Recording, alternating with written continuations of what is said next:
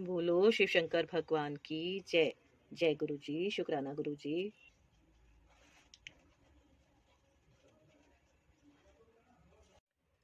चंचुला के प्रयत्न से पार्वती जी की आज्ञा पाकर तुमरू का विंध्य पर्वत पर शिव पुराण की कथा सुनाकर बिंदु का पिशाच योनि से उद्धार करना तथा उन दोनों दंपत्ति का शिवधाम में सुखी होना।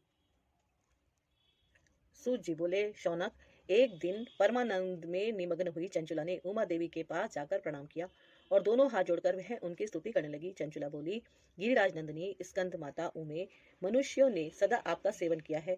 समस्त सुखों को देने वाली शंभु प्रिय आप ब्रह्म स्वरूपणी हैं। विष्णु और ब्रह्मा आदि देवताओं द्वारा सेव्य हैं। आप ही सगुणा और निर्गुणा हैं तथा आप ही सूक्ष्म सच्चिदानंद स्वरूपिणी आद्या प्रकृति हैं। आप ही संसार की सृष्टि, पालन और संहार करने वाली हैं। तीनों गुणों का आश्रय भी आप ही हैं। ब्रह्मा, विष्णु और महेश्वर इन तीनों देवताओं का आवास स्थान तथा उनकी उत्तम प्रतिष्ठा करने वाली पराशक्ति आप ही हैं। सूत जी कहते हैं, शौनक, जिसे सदगति प्राप्त हो चुकी थी वह चंचुला इस प्रकार महेश्वर पत्नी उमा की स्तुति करके सिर झुकाए चुप हो गई। उसके नेत्रों में प्रेम के आंसू उमड़ आए। तब करुणा से भरी हुई शंकर प्रिया भक्त वत्सला पार्वती देव ने चंचला को संबोधित करके बड़े प्रेम से इस प्रकार कहा। पार्वती बोली, सखी चंचुले सुंदरी, मैं तुम्हारी की हुई इस स्तुति से बहुत प्रसन्न हूँ।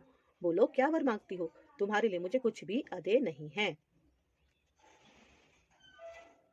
चंचुला बोली, निष्पाप गिरिराज कुमारी, मेरे पति बिंदु इस समय कहाँ हैं? उनकी कैसी गति हुई है यह मैं नहीं जानती।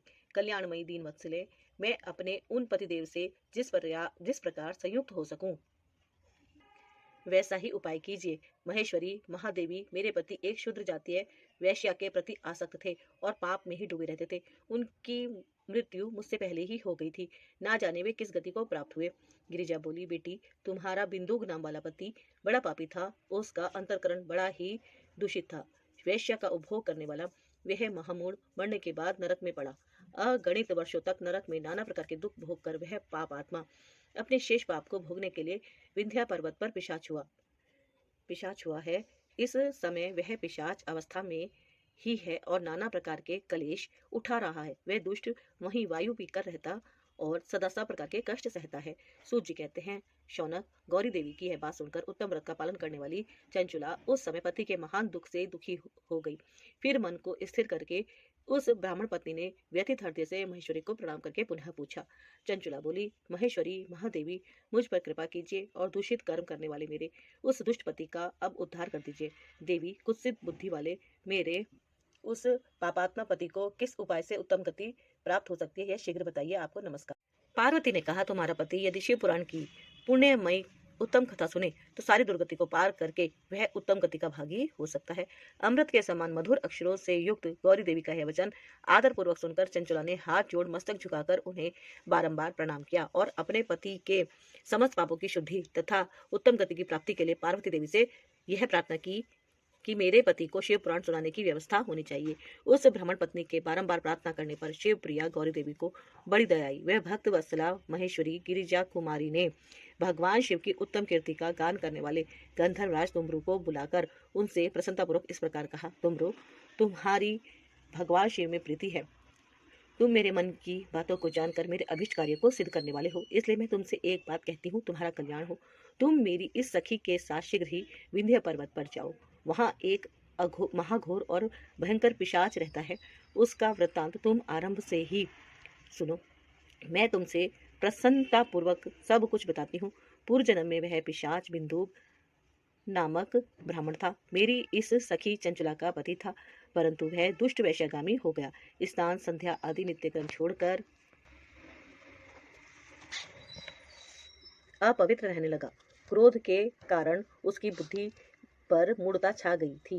वह कर्तव्य का विवेक नहीं कर पाता था। अभक्षय भक्षण, सज्जनों से द्वेष और दूषित वस्तुओं का दान लेना, यही उसका स्वाभाविक कर्म बन गया था। वह अस्त्र शस्त्र लेकर हिंसा करता, बाएं हाथ से खाता, दीनों को सताता और क्रूरतापूर्वक पराये घरों में आग लगा देता था। चांडालों से प्रेम करता और प्रतिदिन वैश्या के संपर्क में रहता था। बड़ा दुष्ट था। वह पापी अपनी पत्नी का परित्याग करके दुष्टों के संग में ही आनंद मानता था। वह मृत्यु पर्यंत दुराचार में ही फंसा रहा। फिर अंतकाल आने पर उसकी मृत्यु हो गई। वह पापियों के भोग स्थान घोर यमपुर में गया और वहां बहुत से नरकों का उपभोग करके वे दुष्टात्मा जीव इस समय विंध्य पर्वत पर पिशाच बना हुआ है। वहीं वहीं वह दुष्ट पिशाच अपने पापों का फल भोग रहा है।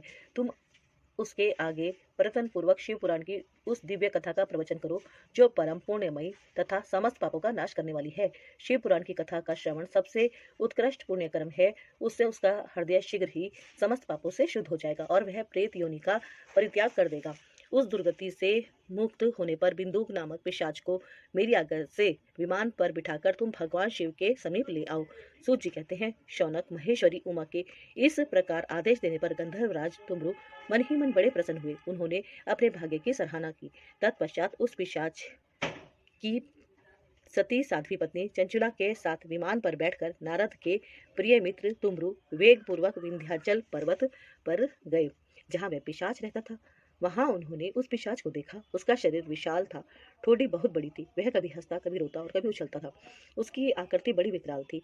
भगवान शिव की उत्तम कीर्ति का गान करने वाले महाबली तुमरु ने उस अत्यंत भयंकर पिशाच को पाशों द्वारा बांध लिया।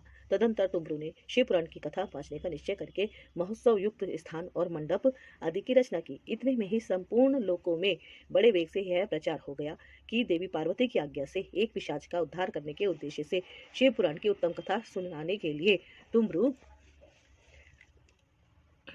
विंध्य पर्वत पर गए हैं। फिर तो उस कथा को सुनने के लोभ से बहुत से देवऋषि भी शीघ्र ही वहां आ पहुंचे। आदर पूर्वक शिव पुराण सुनने के लिए आए हुए लोगों का उस पर्वत पर बड़ा अद्भुत और कल्याणकारी समाज जुट गया।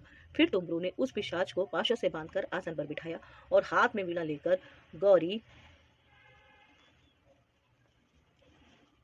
पति की कथा का गान आरंभ किया। पहली अर्थात विंध्येश्वर संहिता से लेकर 7वीं वायु संहिता तक महात्म्य सहित शिव पुराण की कथा का उन्होंने स्पष्ट वर्णन किया।